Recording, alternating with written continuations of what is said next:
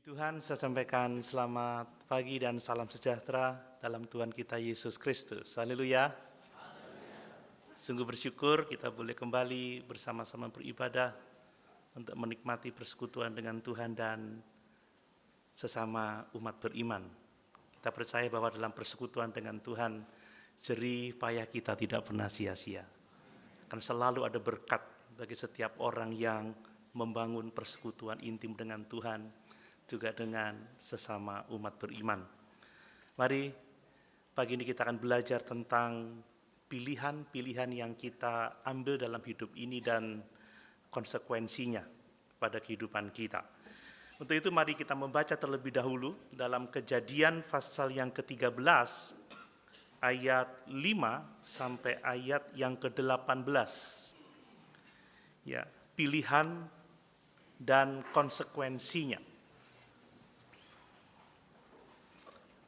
Saya akan membaca untuk kita semua. Demikian firman Tuhan. Juga Lot yang ikut bersama-sama dengan Abram mempunyai domba dan lembu dan kemah. Tetapi negeri itu tidak cukup luas bagi mereka untuk diam bersama-sama, sebab harta mereka amat banyak, sehingga mereka tidak dapat diam bersama-sama. Karena itu terjadilah perkelahian antara para gembala Abram dan para gembala Lot. Waktu itu orang Kanaan dan orang Feris diam di negeri itu. Maka berkatalah Abram kepada Lot, "Janganlah kiranya ada perkelahian antara aku dan engkau, dan antara para gembalaku dan para gembalamu, sebab kita ini kerabat. Bukankah seluruh negeri ini terbuka untuk engkau? Baiklah pisahkan dirimu daripadaku. Jika engkau ke kiri, maka aku ke kanan. Jika engkau ke kanan, maka aku ke kiri." Lalu Lot melayangkan pandangnya dan dilihatnyalah bahwa seluruh lembah Yordan banyak airnya, seperti taman Tuhan, seperti tanah Mesir, sampai ke Zoar. Hal itu terjadi sebelum Tuhan memusnahkan Sodom dan Gomora. Sebab itu Lot memilih baginya seluruh lembah Yordan itu. Lalu ia berangkat ke sebelah timur dan mereka berpisah. Abram menetap di tanah Kanaan, tetapi Lot menetap di kota-kota lembah Yordan dan berkemah di dekat Sodom. Adapun orang Sodom sangat jahat dan berdosa terhadap Tuhan. Setelah Lot berpisah daripada Abram, berfirmanlah Tuhan kepada Abram, "Pandanglah sekelilingmu dan lihatlah dari tempat engkau berdiri itu ke timur dan barat, utara dan selatan. Sebab seluruh negeri yang kau lihat itu akan kuberikan kepadamu dan kepada keturunanmu untuk selama-lamanya. Dan aku akan menjadikan keturunanmu seperti debu tanah banyaknya. Sehingga jika seandainya ada yang dapat menghitung debu tanah, keturunanmu akan dapat dihitung juga. Bersiaplah, jalanilah negeri itu menurut panjang dan lebarnya, sebab kepadamulah akan kuberikan negeri itu." Sesudah itu Abram memindahkan kemahnya dan menetap di dekat pohon-pohon terbantin di Mamre, dekat Hebron, lalu didirikannyalah mezbah di situ bagi Tuhan.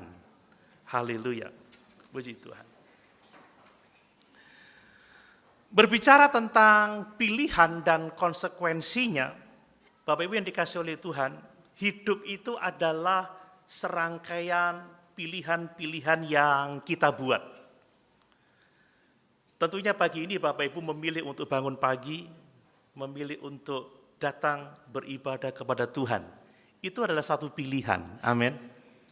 Ya, hidup ini adalah serangkaian pilihan, dan mungkin pagi ini sementara mendengarkan firman Tuhan, ada yang sedang bergumul untuk menentukan pilihan.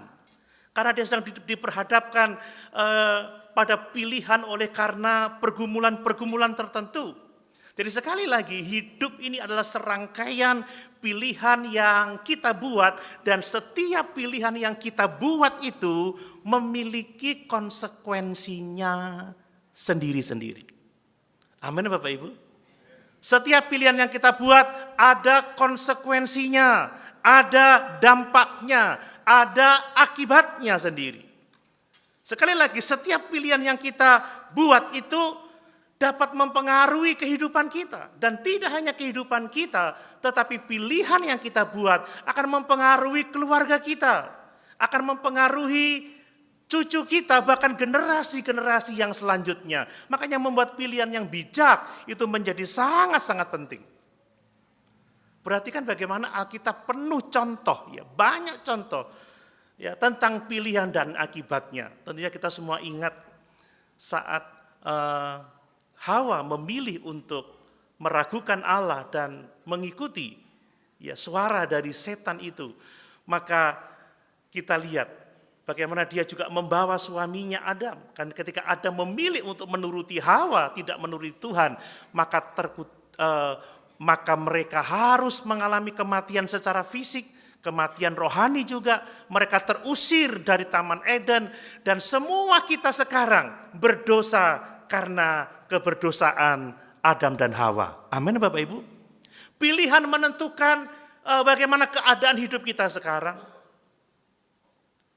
Pilihan sangat mempengaruhi kehidupan keluarga kita, orang-orang di sekitar kita, bahkan orang-orang setelah generasi kita. Tapi puji Tuhan, pilihan yang dibuat oleh Tuhan Yesus Kristus, dia taat kepada kehendak Bapa untuk menjadi manusia. Dia memikul dosa-dosa kita, dikatakan dia taat sampai mati di atas kayu salib. Dan oleh satu tindakan ketaatan Yesus, kematian Yesus di atas kayu salib, maka Bapak Ibu Saudara semua kita diselamatkan. Amin. Pilihan itu sangat-sangat menentukan bagaimana kita hidup sekarang, bagaimana orang-orang di sekitar kita akan hidup pada nantinya. Kalau kita masih mau melihat di Alkitab ada banyak sekali contohnya itu. Bapak Ibu ingat bagaimana ketika Kain memilih untuk menuruti kemarahannya, tidak mau mendengarkan Tuhan. Ingat ketika Kain marah, Tuhan berkata apa? Hai Kain, mengapa hatimu panas? Mengapa mukamu muram? Hati-hati waspada sebab dosa sudah mengintip di depan pintu. Jadilah senang, tinggalkan amarahmu supaya kamu tidak berdosa. Tetapi Kain memilih untuk mengikuti kemarahannya dan dia membunuh adiknya. Dan akibat dari pilihannya itu dia harus diusir dari tanah yang menganga-kan untuk menerima darah dari adiknya itu, tanah yang terenganga itu. Ngeri. Tetapi akibat ketaatan Nuh, maka dia dan seluruh keluarganya, Nuh istri, ya, ketiga anak dan ketiga mantunya selamat. Juga ada banyak binatang yang terpelihara yang akhirnya memulai lagi kehidupan di bumi setelah dihancurkan dengan air bah. Ada banyak contoh Bapak Ibu. Di Perjanjian Baru, ketaatan Paulus telah membuat dia menjadi seorang rasul yang merubah dunia. Bahkan kita sekarang bisa menjadi seperti ini, kita berhutang pada tulisan-tulisan Paulus yang diilhamkan oleh Roh Kudus itu. Amin. Pilihan itu sangat-sangat menentukan bagaimana kita hidup sekarang. Konsekuensinya sangat besar dan seringkali signifikan bersifat kekal Bapak Ibu. Bahkan pilihan-pilihan yang dianggap sepele itu juga bisa mempengaruhi kehidupan kita. Saya sempat cerita dengan beberapa orang yang saya temui ya setelah ada kasus pemukulan polisi berseragam ya di Simpang 3 dekat hotel apa itu di Bandung Permai. Sebelumnya ada satu orang muda, enggak tahu kok malam-malam dia gerah di rumah, terus jam 2 dia memilih untuk keluar. Ngapain dia jam 2 malam-malam keluar? Dia naik motor ketemu geng gerombolan, dicegat saudara, dipukuli, babak belur.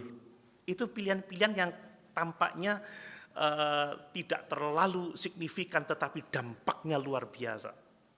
Ya. Apalagi soal pernikahan. Ada satu pendeta yang dulunya begitu sangat baik ya, melayani Tuhan dengan baik, tapi tidak tahu bagaimana. Dia memilih seorang istri yang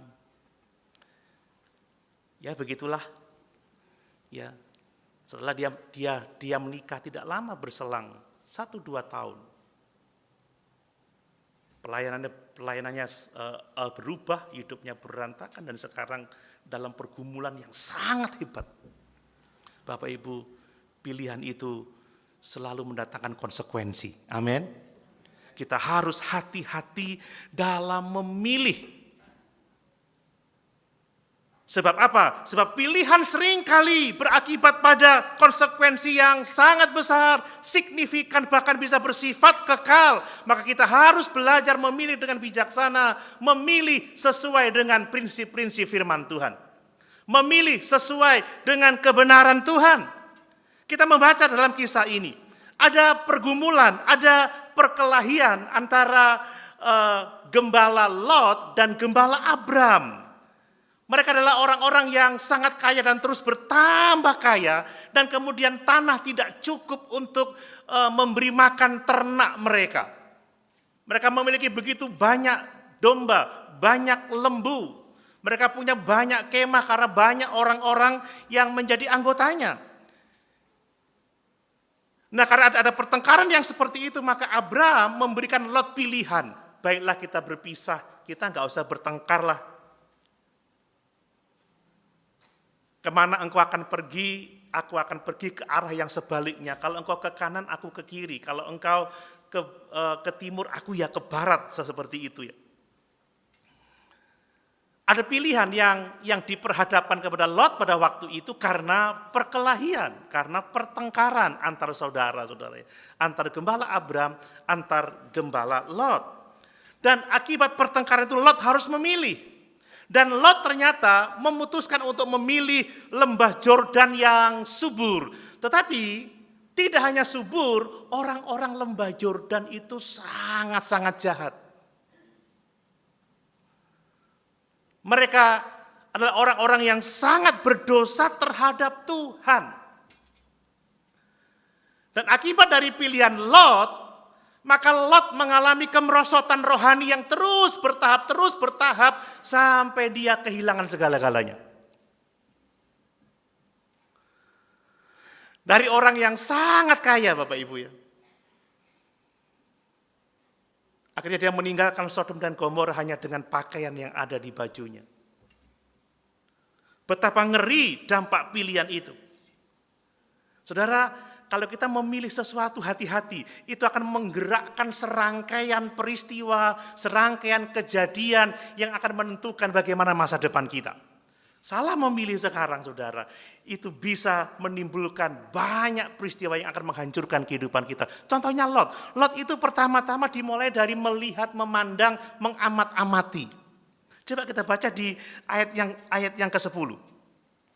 Lalu Lot melayangkan pandangnya dan dilihatnya lah ya, bahwa seluruh lembah Yordan baik airnya seperti taman Tuhan, seperti tanah Mesir sampai ke Soar. Dari melihat dulu. Setelah melihat apa jadinya? Dia memindahkan kemahnya di dekat Sodom, di mana orang-orangnya itu sangat jahat dan berdosa terhadap Tuhan. Coba lihat ayat yang ke-12. Sebab itu Lot memilih baginya seluruh lembah Yordan itu, lalu ia berangkat ke sebelah timur dan mereka berpisah. Ya.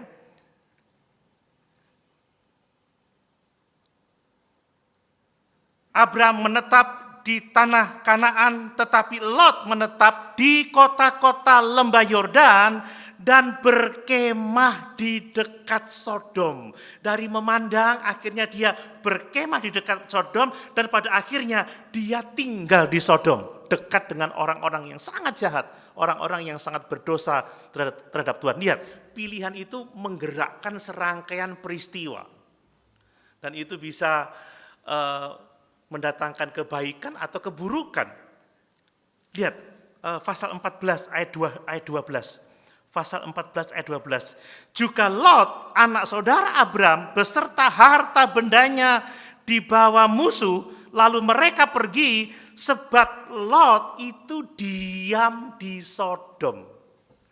Dari melihat, kemudian berkemah di dekat, dan kemudian tinggal di Sodom.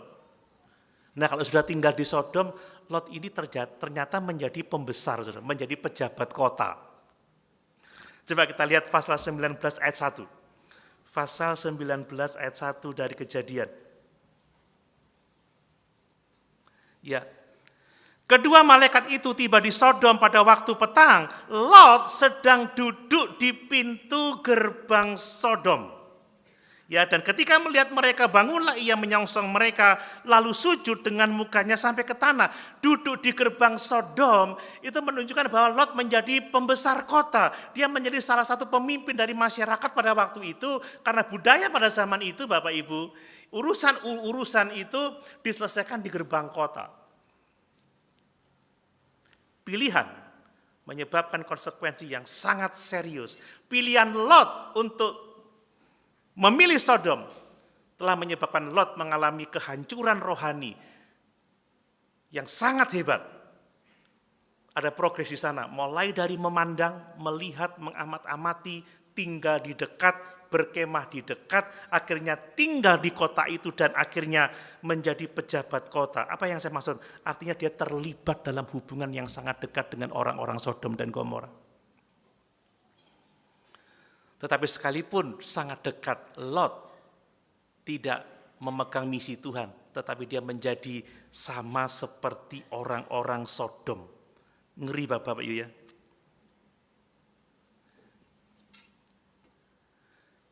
Setelah Tuhan menjungkir balikan Sodom dan Gomora, apa yang terjadi? Lot hampir saja kehilangan nyawanya. Ya, Lot kehilangan istrinya menjadi tiang garam. Lot hampir saja ya kehilangan kedua anak perempuannya, kedua putrinya. Dan setelah lolos dari kebinasaan akibat murka Allah terhadap Sodom dan Gomora, Lot tinggal di satu goa. Dan di goa itu terjadi kejahatan yang luar biasa, di mana anak-anak perempuan Lot membuat Lot mabuk dan incest, saudara ya. Akhirnya melahirkan keturunan Moab dan Amon yang sampai saat itu ya, saat kisah Alkitab ditulis, Moab dan Amon ini menjadi dua suku yang menjadi musuh bebuyutan bangsa Israel. Dan seperti tadi saya katakan, bagaimana Lot keluar dari Sodom dan Gomora, kehilangan istrinya, kehilangan seluruh harta bendanya, melakukan dosa yang sangat hebat, menjadi kekejian di mata Tuhan. Dan akhirnya dia binasa oleh karena dosa-dosanya. Bapak Ibu, pilihan mendatangkan konsekuensi yang sangat besar. Makanya kita harus belajar memilih dengan bijaksana. Amin. Belajar memilih sesuai dengan kehendak Tuhan. Mungkin pagi ini ada yang sedang bergumul untuk menetapkan satu pilihan. Mari kita lihat bersama-sama apa kebenaran firman Tuhan tentang pilihan dan konsekuensinya, supaya kita belajar memilih sesuai dengan kehendak Tuhan. Sekali lagi saya mau tegaskan, pilihan itu seringkali mendatangkan konsekuensi yang sangat besar. Saya akan menerangkan sedikit rinci ya, karena ada hal-hal yang sangat luar biasa yang Tuhan ajarkan dari kisah ini. Apa yang menyebabkan Lot itu memilih Sodom dan Gomora, dan dia mengalami kemerosotan rohani yang sangat hebat. Apa yang menyebabkan Lot memilih Sodom dan Gomora? Pertama-tama perhatikan, ternyata yang menyebabkan Lot memilih Sodom dan Gomora itu pertama-tama disebabkan oleh karena harta mereka yang sangat banyak, saudara.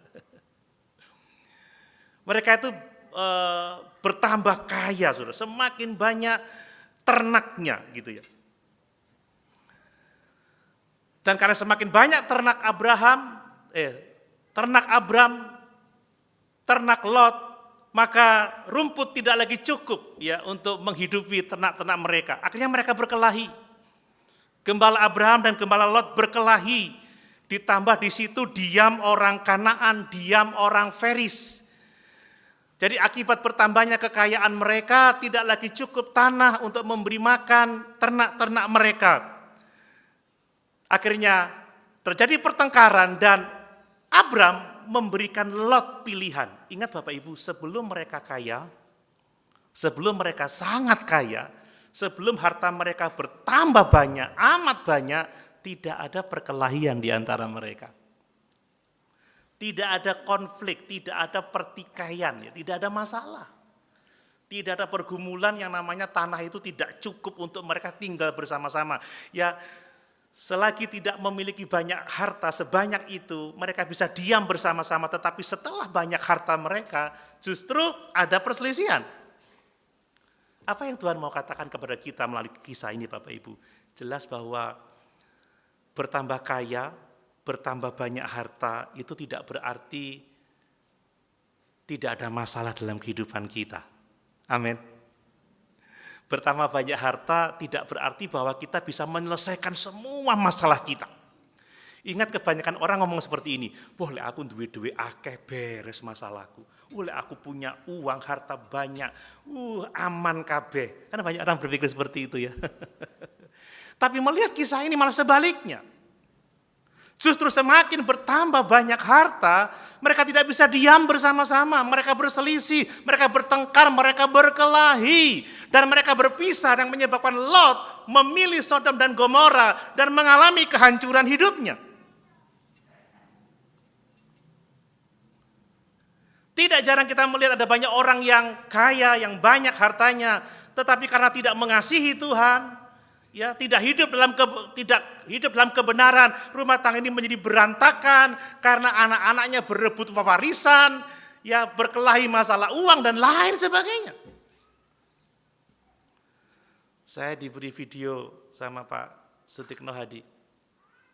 Seorang anak perempuan memenjarakan mamanya karena minta warisan.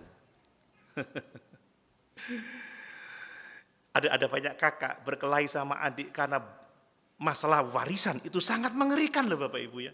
Ya.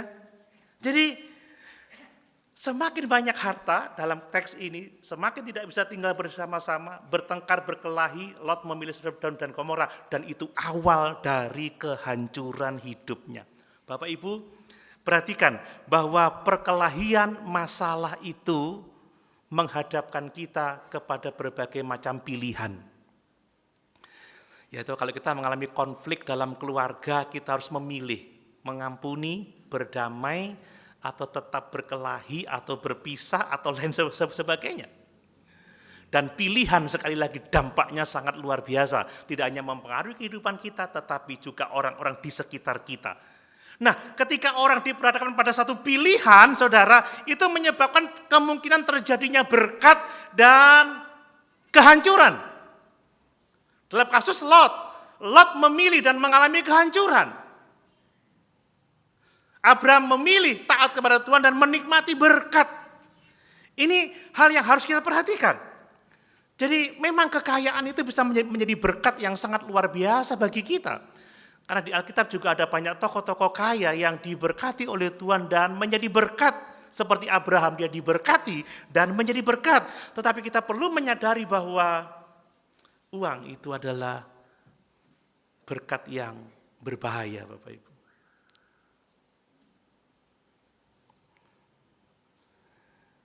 Berkat yang berbahaya. Mungkin ini tidak pernah diajarkan di tempat lain, tapi Alkitab mengajarkan uang itu adalah berkat, tetapi ingat kita harus waspada karena uang itu berkat yang berbahaya. Wah, ini kok aneh. Enggak, saudara. Ini firman Tuhan. Ya, perhatikan. Dengan bertambahnya kekayaan, itu selalu akan memberikan kepada kita pilihan dengan apa yang akan aku melakukan dengan uang ini. Aku mau seperti apa, kan begitu ya. Ada masalah apa yang diperhadapkan dengan banyak uang ini. Saudara, ya, enggak punya uang pusing, banyak uang juga pusing, kan begitu ya. Enggak punya uang ini enggak bisa buat apa-apa, banyak uang buat apa-apa jatuh dalam dosa. Uang itu berkat, harta itu berkat, tetapi berkat yang berbahaya. Ingat kata firman Tuhan, kepada siapa yang diberi banyak akan dituntut banyak. Semakin besar tanggung jawab kita, Bapak Ibu. Ketika harta kita bertambah banyak, ketika penghasilan kita meningkat, maka tanggung jawab kita kepada Tuhan itu semakin besar.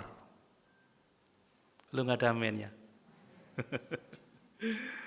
tanggung jawab kita kepada Tuhan itu semakin besar. Coba kita baca Lukas 12 ayat 48. Lukas pasal 12 ayat 48.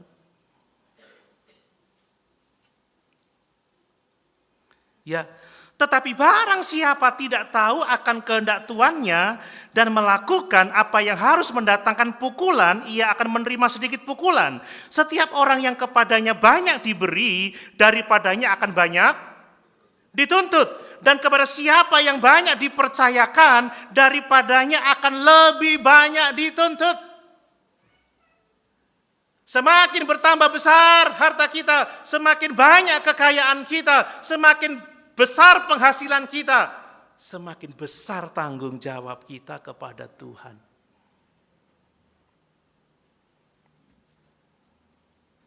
Makanya kita perlu memperhatikan nasihat firman Tuhan tentang kekayaan. Bapak Ibu tidak salah dengan menjadi kaya, tetapi harus waspada sebab kekayaan itu adalah berkat yang berbahaya. Coba kita lihat percakapan Tuhan Yesus dengan orang-orang ketika ada seorang muda kaya datang untuk bertanya apa yang harus saya lakukan untuk selamat. Kita baca Lukas 18 ayat 24. Lukas 18 ayat 24.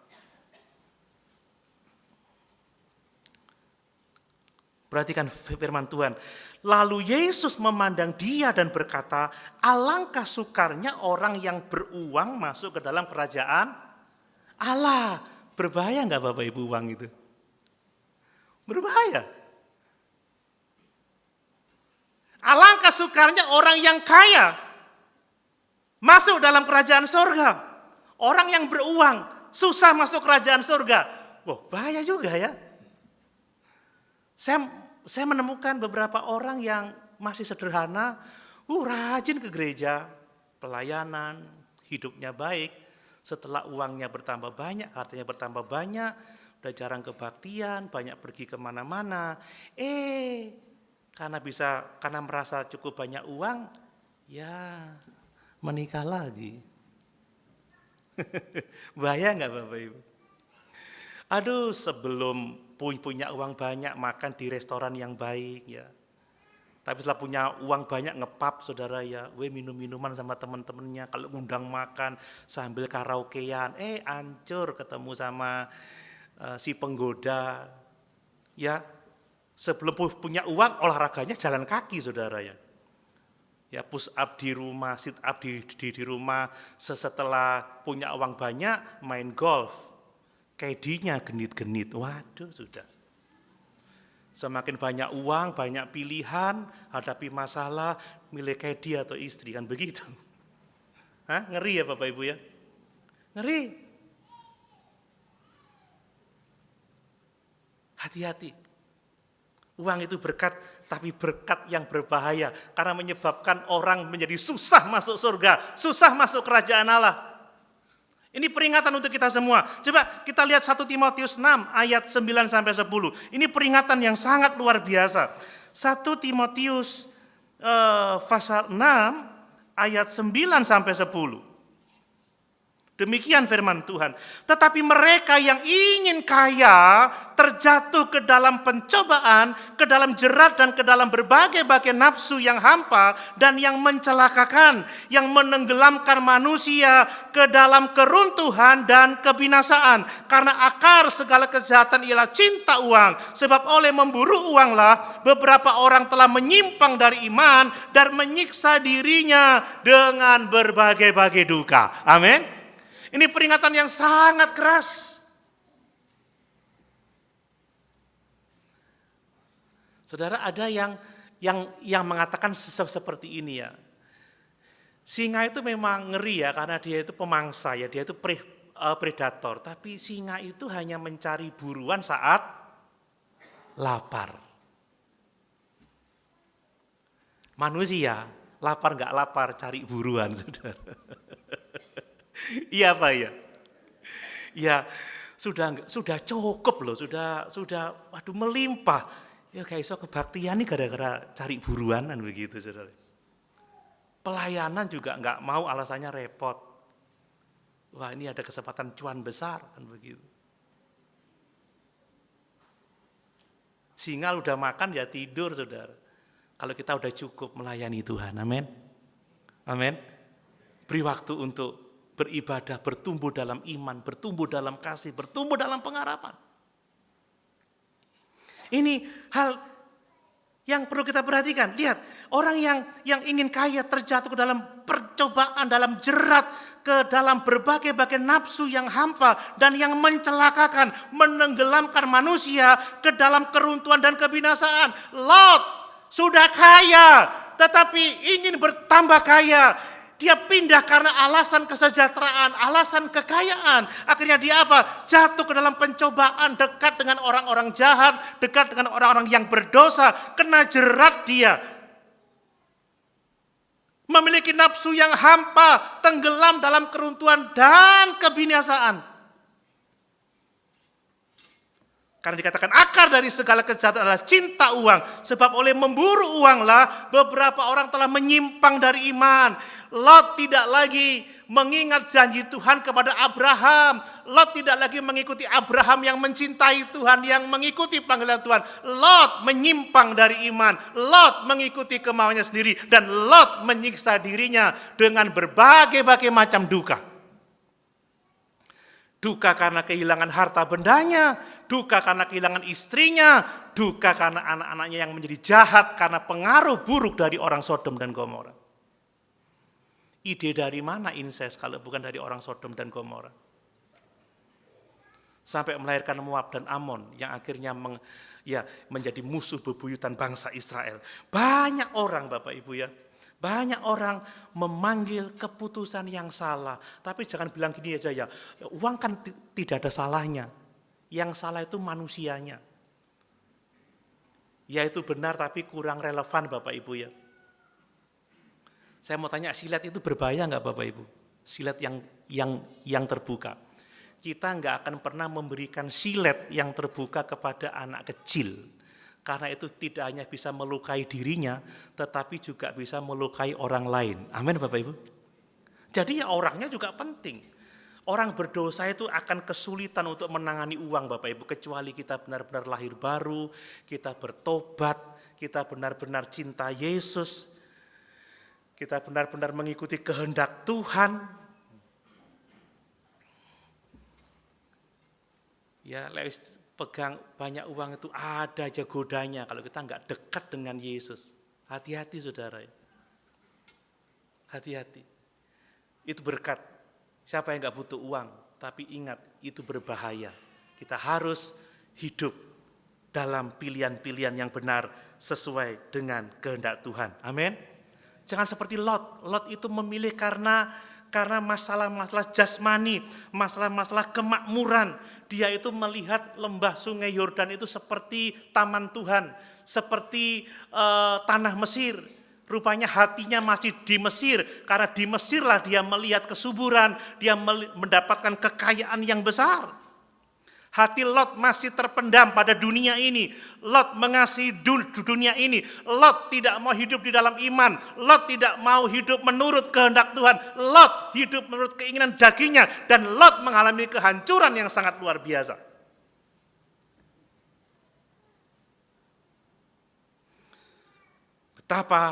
Betapa dahsyatnya akibat dari pilihan Lot itu. Bapak Ibu, saya telah juga melihat banyak dari keluarga-keluarga orang Kristen yang membuat keputusan itu karena masalah kesejahteraan, karena masalah uang dan lain sebagainya.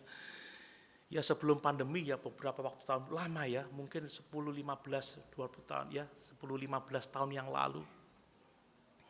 Ini keluarga baik-baik saja, aman-aman saja. Tapi karena merasa penghasilan kurang, suami memutuskan pindah ke luar negeri untuk bekerja karena ada janji gaji yang besar. Tapi mereka tidak pernah berpikir apa dampaknya bagi keluarga, apa dampaknya bagi kerohanian mereka, apa dampaknya bagi masa depan anak-anak mereka. Setelah pindah, ya di sana ketemu wanita lain. Yang di sini ditinggal, tidak tahan, terjeratlah kepada minum-minuman keras, kemudian narkoba, akhirnya meninggal karena stres yang besar.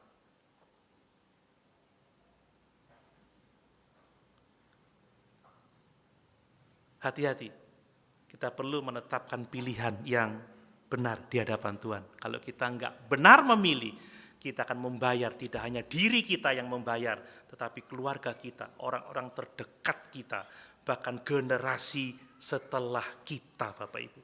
Nah, lalu bagaimana kita bisa membuat pilihan yang bijaksana?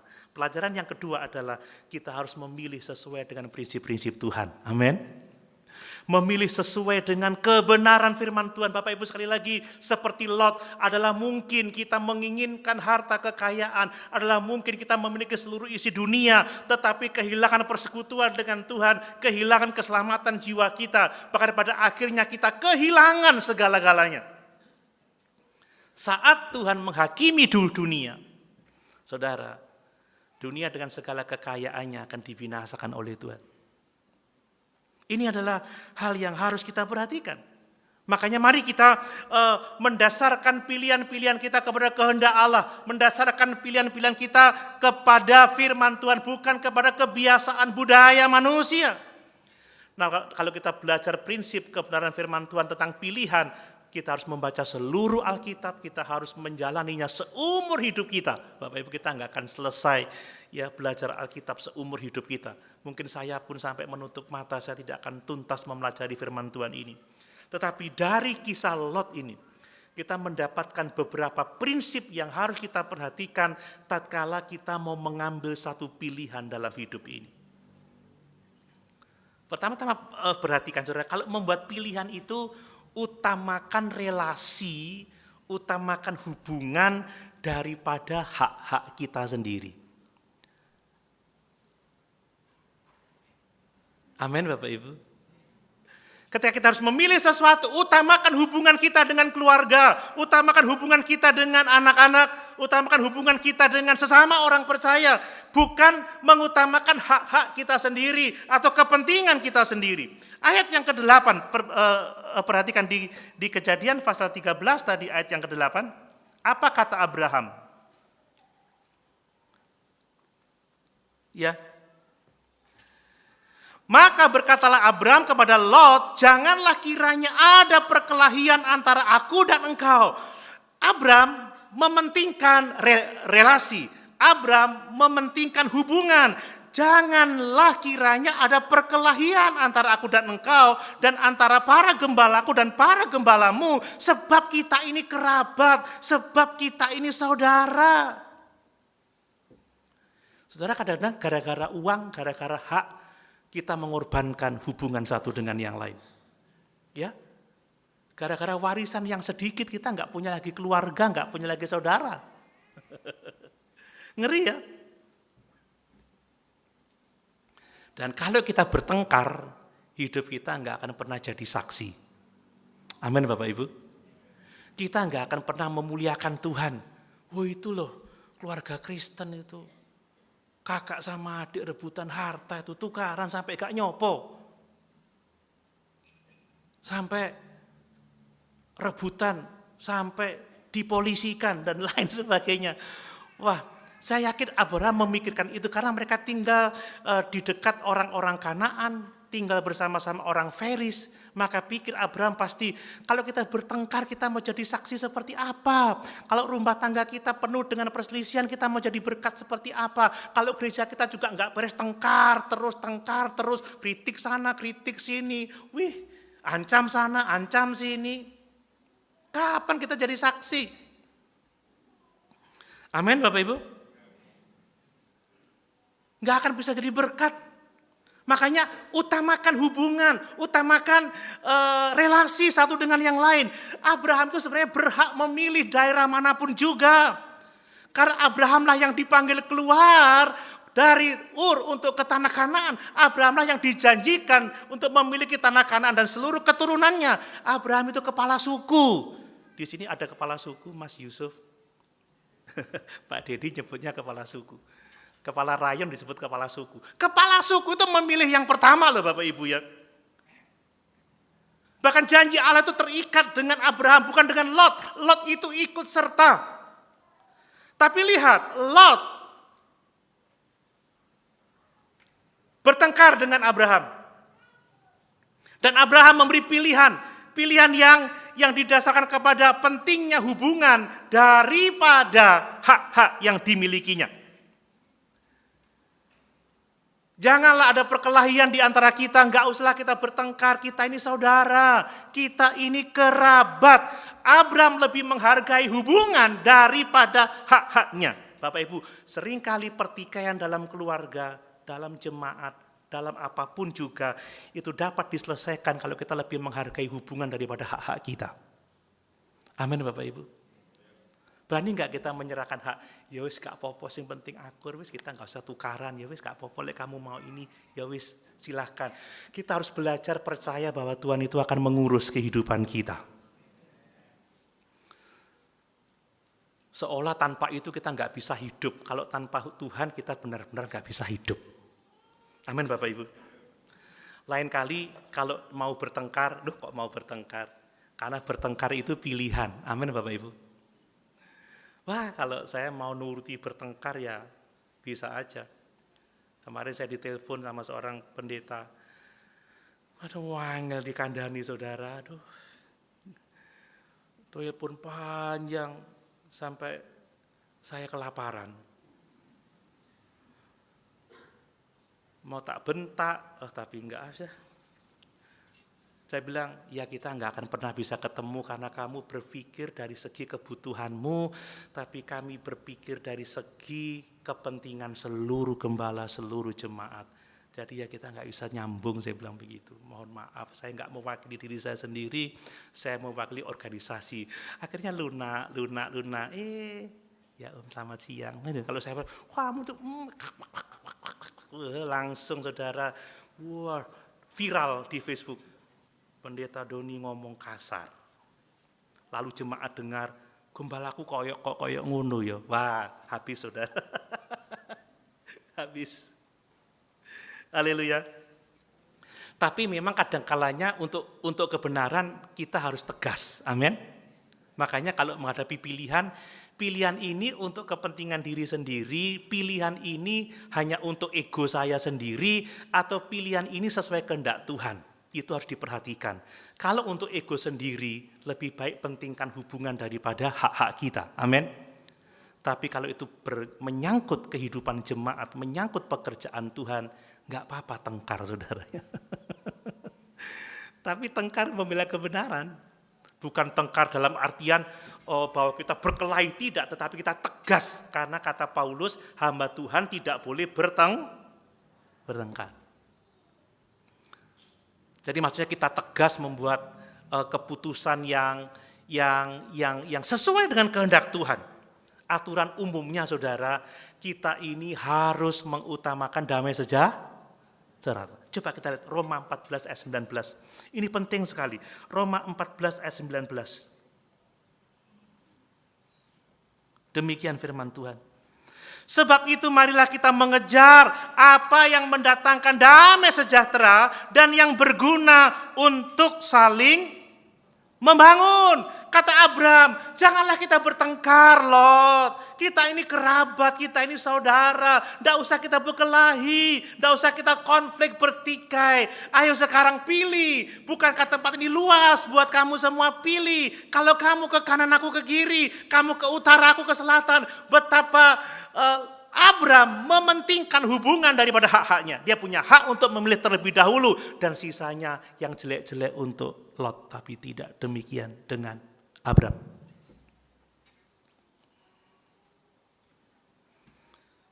Mari kita membuat pilihan yang mengutamakan hubungan, bukan hak-hak kita.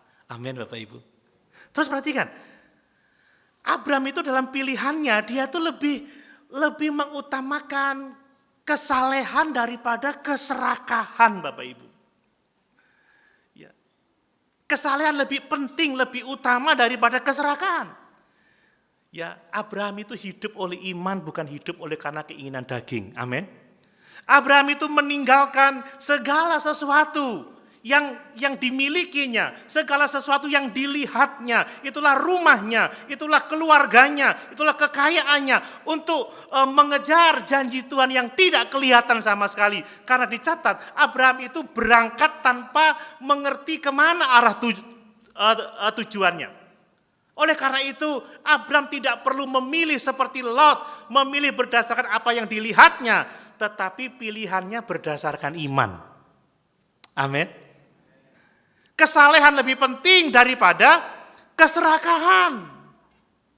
Ada kontras yang sangat besar antara Lot dan Abraham. Lot memilih karena keinginan mata, tetapi Abraham menyerahkan hidupnya pada janji-janji Tuhan. Abraham memilih hidup sesuai dengan yang dijanjikan oleh Tuhan. Ya, mungkin pada waktu itu Sarai protes. Ya, yang benar aja ya. Apa maksudmu yang? Kok Lot yang milih duluan? Kan aduh Gomora itu bagus ya. Mungkin Abraham berpikir, salah aku ini. Gimana kok aku bisa menyerahkan yang terbaik untuk Lot.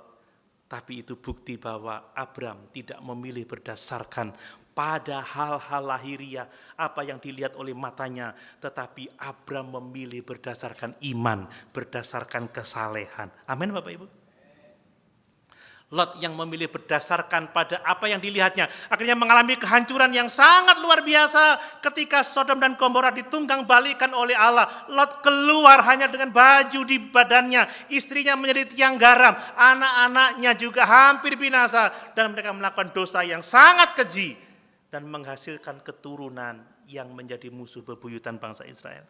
Saudara, ketika kita hidup berdasarkan keinginan daging, keserakahan, kita akan mengalami kehampaan yang besar dalam hidup ini. Lot kehilangan segala-galanya. Tetapi Abraham yang hidup berdasarkan kesalehan, dia tidak hanya diberkati secara jasmani, tetapi dia juga diberkati secara rohani. Amin. Amin. Ini sungguh sangat luar biasa. Lalu bagaimana ya kita bisa menilai bahwa diri kita itu tidak terjebak pada keserakahan? Bapak Ibu, pertama-tama kita bisa nilai berdasarkan bagaimana cara kita mencari kekayaan. Kalau kita mencari kekayaan lalu kita tidak memikirkan Tuhan, kita meninggalkan tanggung jawab rohani kita, itu sudah tanda-tanda keserakahan. Kalau karena keuntungan kita berani berbohong, kita menipu, itu keserakahan. Kalau apa-apa dinilai dengan uang, bukan kebaikan, bukan kasih sayang, itu keserakahan. Hati-hati, kalau saya melayani karena uang, maka saya sesungguhnya serakah. Saya tidak hidup secara benar. Kalau saya melihat persembahan, kok setitik, waduh saudara. Ya toh? Kalau saya diundang keluar, wah Pak Doni kalau diundang keluar kemana-mana pasti persembahan kasihnya besar. Kalau saya melakukan karena itu, saya serakah Bapak Ibu. Saya bukan melayani karena kasih, saya bukan melayani karena Tuhan. Saudara-saudara jarang lihat toh saya pergi di hari Minggu, meninggalkan hari Minggu. Ya sekalipun bukan sombong, ya banyak undangan, banyak kegiatan. Tapi kalau saya, enak lek khotbah ndek kono, persembahannya gede, wah saya serakah saudara. Amin. Daripada nyontohkan jemaat, nanti saya dimarahin. Nyontohkan diri sendiri. Kemudian cara kita menikmati uang. Kalau kita berpikir, kalau aku punya uang, aku akan bahagia, saudara, kita serakah. Ingat, bahagia bagi orang-orang yang memiliki hubungan yang benar dengan Tuhan. Minggu yang lalu saya sampaikan bahwa kehidupan yang penuh dengan berkat dan berkelimpahan adalah kehidupan dalam persekutuan yang benar dengan Allah, kehidupan dalam pengharapan akan keselamatan. Nah, kalau kita ngomong, aku sedih karena aku nggak punya uang, Coba aku punya uang, pasti aku senang, pasti aku bahagia. Saudara, kita serakah. Kalau kita berpikir, wah kalau aku punya uang aku akan aman, aku bisa begini, bisa begitu, aku bisa selamat, aku bisa sembuh dari sakitku. Saudara tidak mengandalkan Tuhan lagi, saudara mengandalkan uang saudara. Saya pernah ketemu beberapa orang, saya diajak pergi ke rumah seorang kaya, saudara. Saya diminta mendoakan orang itu karena keluarganya udah tidak sanggup lagi menghadapi orang itu. Ketika saya datang ke rumahnya, ada keluarganya dan beberapa teman. Dia bilang gini, Pak Doni, saya bisa sehat sampai sekarang karena saya punya uang. Kalau saya nggak punya uang, saya nggak akan hidup sampai sekarang. Loh saudara, nggak sampai beberapa waktu, saya nggak bertemu lagi, meninggal dunia. Orang yang mengatakan, aku gak bahagia, tidak punya uang, itu serakah Bapak Ibu. Tapi kita adalah orang-orang yang berbahagia karena kita memiliki Yesus dan pengharapan akan kehidupan yang kekal. Amin. Itu yang benar. Kemudian yang berikutnya, bagaimana cara kita menghadapi kehilangan harta benda kita. Wah, dulu saya pernah diajar sama bapak saya gara-gara gelas, saudara. Gelas pecah, kaki saya bapak belur, saudara. Saudara, kalau kita kehilangan uang, kemudian kita marah-marah, tidak bisa tidur, kita stres, berarti kita serakah. Saya ini kehilangan beberapa hal, beberapa waktu ini, saudara. Ternyata saya juga masih bergumul. Ngomong terus sama saya, ini apa sih, ini hilang gini, ini apa sih, ini. Oh ternyata aku juga dalam pergumulan juga. Bapak Ibu, memang kalau kehilangan apa yang kita punya, siapa yang kehilangan HP tidak marah-marah? Itu saudara tidak serakah. Kalau kan HP marah-marah lalu, kita harus belajar seperti Ayub. Ya, ketika dia kehilangan harta bendanya, kehilangan anaknya, kehilangan kesehatannya, kehilangan simpati istrinya, dia berkata apa? Tuhan yang memberi, Tuhan yang terpujilah nama Tuhan. Bisa nggak kita seperti itu? Karena pada akhirnya saudara, saat kita meninggalkan dunia ini, kita akan meninggalkan segala-galanya. Semua yang kita punya harus kita tinggalkan. Kenapa banyak orang tidak bisa meninggal dengan tenang? Kepikiran harta, saudara.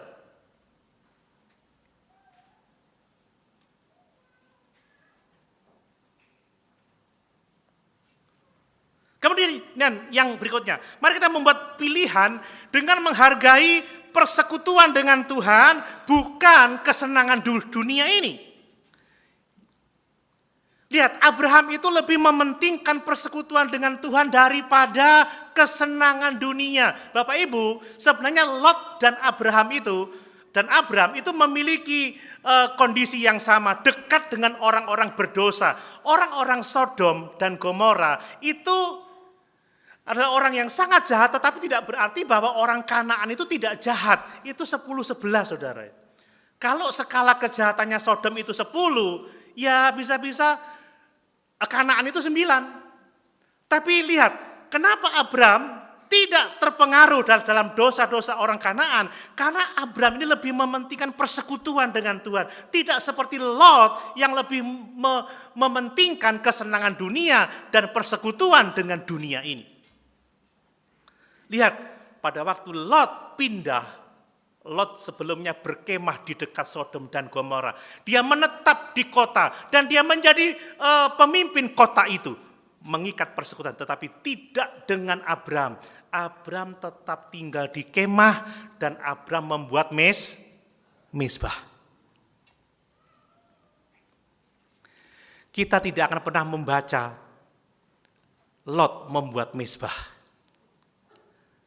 Lot meninggalkan gaya hidup musafirnya, menetap di Sodom dan Gomora. Tetapi Abraham tetap mempertahankan hidupnya sebagai orang asing di bumi ini. Dan dia mendirikan mezbah. Bapak Ibu, Lot kegagalannya adalah dia bersekutu dengan dunia.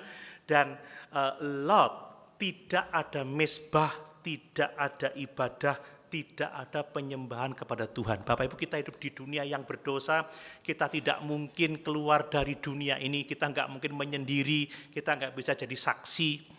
Tetapi ketika kita bersekutu, ketika kita bergaul dengan dunia ini, ingat Bapak Ibu, kita ini bukan penduduk bumi, amin. Bahwa kewargaan kita adalah di surga, bukan di bumi ini. Dan mari kita mendirikan mezbah kita, banyak berdoa, rajin beribadah, melayani Tuhan, supaya kita tidak terpengaruh dengan dosa dunia yang begitu jahat. Lot menjadi seperti orang Sodom dan Gomora, karena dia menetap di Sodom, menetap di Gomora, dan Lot tidak mendirikan mezbah bagi Tuhan. Kita sekalipun hidup di dunia ini, orang-orang terdekat kita, mungkin tetangga kita, masyarakat kita korup. Tapi kalau kita menyadari bahwa kita adalah musafir, kita adalah pendatang, kita punya kewargaan di surga, dan kita terus beribadah kepada Tuhan, kita terus berdoa, membaca firman, melayani Tuhan, kita tidak akan terpengaruh oleh dosa dunia ini. Amin. Itu. Dan yang berikutnya saudara, buatlah pilihan ya, yang lebih mengutamakan janji-janji Tuhan, janji firman Allah daripada kesenangan dunia ini.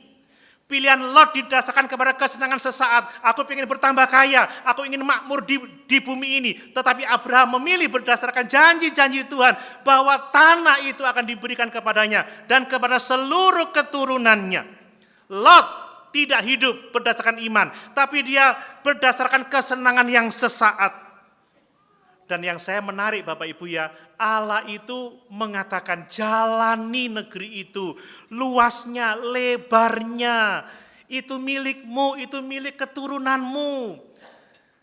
Ya, kalau orang bisa menghitung debu tanah, demikianlah keturunanmu dapat dihitung. Abraham itu tipe-tipe orang yang memiliki dengan iman, ya, iman pada apa yang dijanjikan oleh Tuhan. Bapak Ibu yakin memiliki surga? Amin. Ini namanya memiliki dengan iman. Abraham itu memang tidak melihat keturunannya sebanyak debu, ya, tetapi dia memiliki dengan iman. Dengan iman, tanah ini jadi milikku, jadi milik keturunanku. Dengan iman, keturunanku akan seperti debu tak terhitung banyaknya. Saudara, mari kita belajar memiliki dengan iman. Yakin keselamatan kita telah diberikan oleh Tuhan kita Yesus Kristus. Yakin kita ini memiliki kerajaan surga. Kata Paulus, kita ini adalah orang-orang yang tidak memiliki apa-apa, tetapi kita memiliki segala sesuatu. Kalau kita memiliki Tuhan, kita memiliki segala-galanya. Kalau kita memiliki Yesus, surga itu menjadi milik kita. Makanya Bapak Ibu, ketika kita diperhadapkan pada berbagai macam keputusan yang sulit, cari dulu kerajaan Allah serta kebenarannya. Amin. Utamakan Tuhan. Maka engkau akan memiliki segala-galanya. Mari sama-sama kita berdiri. Mari pagi ini kita mau berkomitmen untuk lebih mementingkan hubungan-hubungan daripada hak-hak kita. Mari kita lebih mementingkan kesalehan daripada keserakahan. Mari kita lebih mementingkan persekutuan dengan Tuhan daripada persekutuan dengan dunia ini. Dan mari kita lebih mengutamakan iman janji-janji Tuhan daripada kesenangan yang sesaat. Maka hidup kita akan diberkati oleh Tuhan. Amin.